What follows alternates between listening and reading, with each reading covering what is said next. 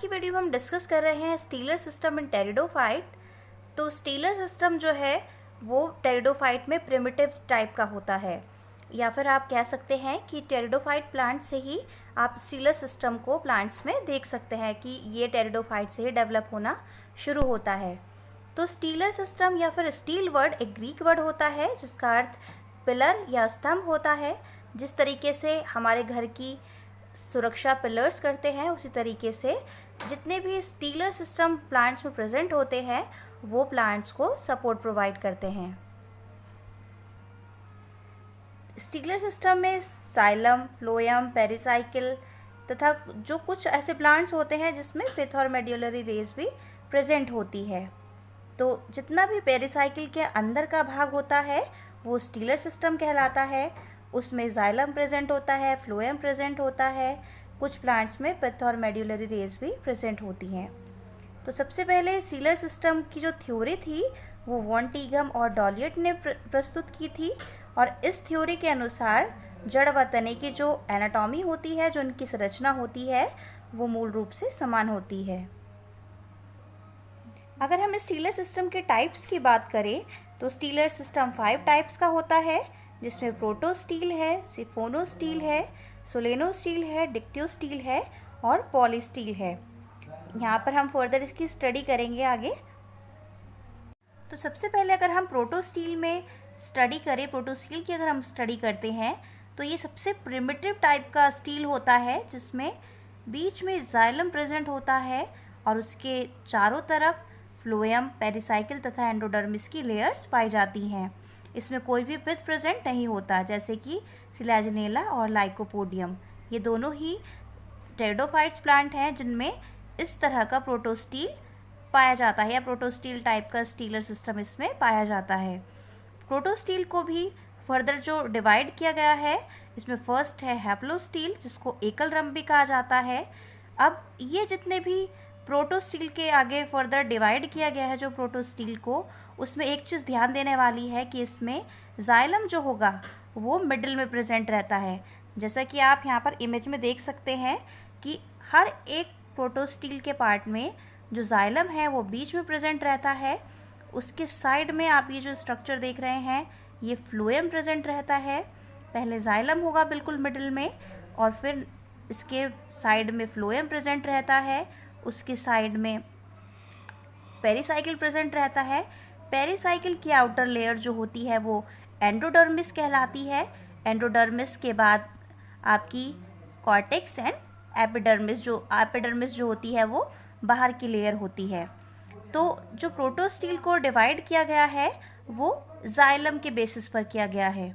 Xylem के जो structure है इसमें उसके ही अकॉर्डिंग इनको डिफरेंट पार्ट्स में डिवाइड किया गया है। तो सिर्फ आपको इतनी सी चीज़ याद रखनी है कि हैप्लोस्टील में क्या होता है, जाइलम गोलाकार होता है तथा फ्लोएम तथा पेरिसाइकिल से घिरा हुआ रहता है, जिसका एग्जाम्पल राइनिया है। तो आप जैसा कि देख सकते हैं कि हैप्लोस्टील में जो जाइलम का शेप है वो क्या है, सर्कल है या फिर गोलाकार है। नेक्स्ट है इसमें एक्टिनोस्टील जिसको अरियरम भी कहा जाता है। तो वही बात जैसे मैंने आपको पहले रिपीट किया था कि यहाँ पर भी सिर्फ जाइलम के शेप पर यहाँ पर एक फर्दर डिवाइड किया गया है। तो इसमें जो जाइलम होता है वो तारककार या फिर अरिये होता है या फिर भुजाओं के रूप में दिखाई देने वाला होता है। जैसे कि हैप्लोस्टील में गोलाकार था तो यहाँ पर एक्टिनोस्टील में कैसा होगा, तारे के आकार का या भुजाओं के रूप में डिवाइड होता है। नेक्स्ट अगर आप देखेंगे प्लेक्टोस्टील जिसको पटेलरम भी कहा जाता है, तो इसमें जो जाइलम होता है वो प्लेट के आकार का होता है या प्लेट के रूप में व्यवस्थित रहता है, तो इसीलिए इसका नाम प्लेक्टोस्टील है। आप किस नाम से भी आप इसके अंदाज़ा लगा सकते हैं। तो इसको जो प्लेक्टोस्टील है या फिर पटेलरम नाम जो है वो जिमरमान ने दिया था, और इस तरह का जो स्टीलर सिस्टम है वो लाइकोपोडियम में पाया जाता है। प्रोटोस्टील का जो फोर्थ पॉइंट है या फोर्थ टाइप है वो है मिक्स्ड प्रोटोस्टील जिसको मिश्रित ठोसरम कहा जाता है। तो इस प्रकार का जो स्टीलर सिस्टम होता है इसमें जाइलम के साथ साथ पेरेन्काइमेटस सेल्स या फिर मृदुतक कोशिकाएं भी अटैच रहती हैं। तो इस तरह के जो स्टीलर सिस्टम होता है इससे नाल रंभ या फिर ठोस रंभ के बीच की एक ये कड़ी है। इसके बाद ही इसी स्टीलर सिस्टम के बाद नालरंभ तरह का या सिफोनो स्टील टाइप का स्टीलर सिस्टम में डेवलप हो जाता है, क्योंकि यहाँ पर पेरेन्काइमेटस सेल्स जो हैं वो प्रेजेंट हो जाती हैं, वो डेवलप हो जाती हैं। तो इस तरह का जो स्टीलर सिस्टम होता है वो फर्दर डेवलप हो जाता है नालरंभ में, जिसको सिफोनो स्टील भी कहा जाता है। नेक्स्ट जो है सेकेंड टाइप है स्टीलर सिस्टम की, तो इसमें सेकेंड टाइप है सिफोनो स्टील, जिसको नालरंभ भी कहा जाता है।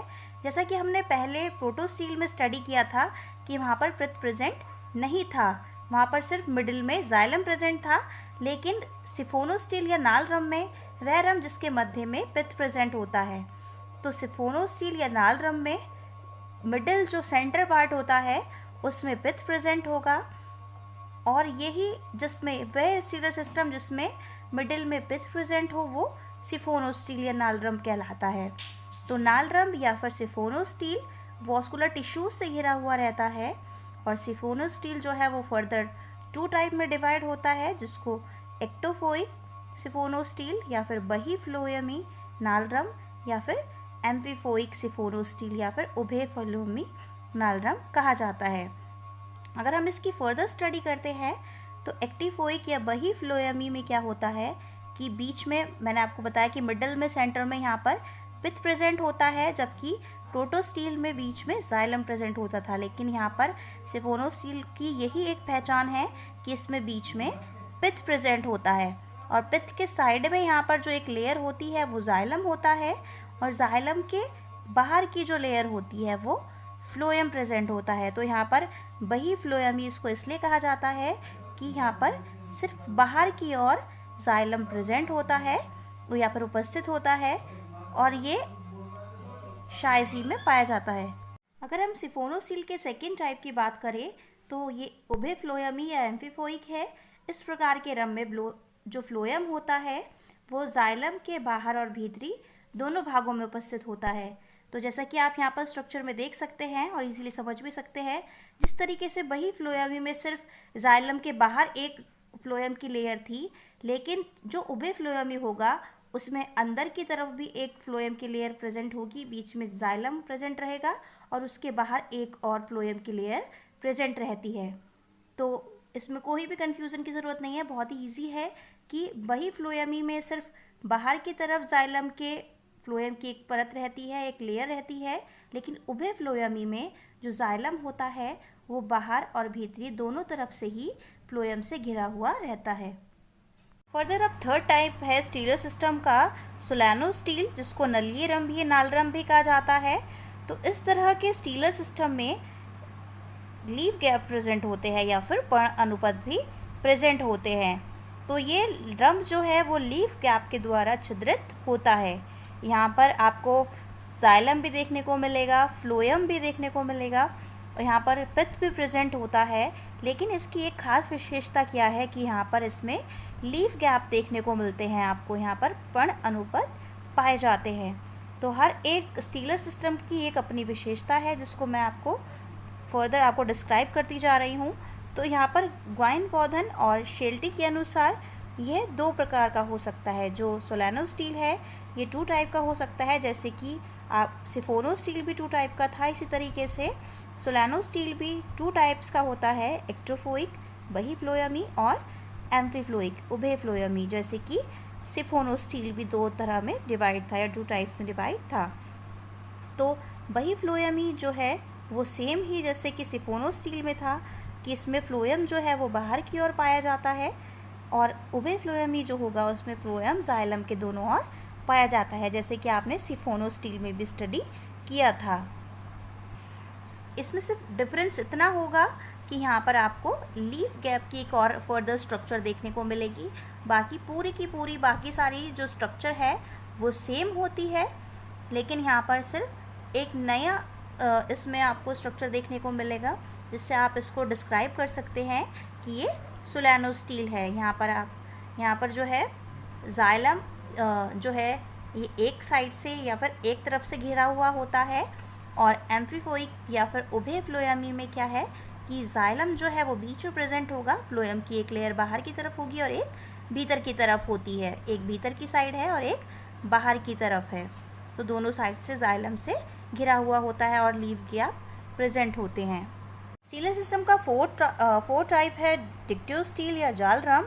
तो वह नाल रम जिसमें लीफ गैप एक से अधिक पाए जाते हैं वह डाइसेक्टेड सिफोनो स्टील या फिर विच्छेदित नाल रम कहलाता है या फिर डिक्टियो स्टील कहलाता है।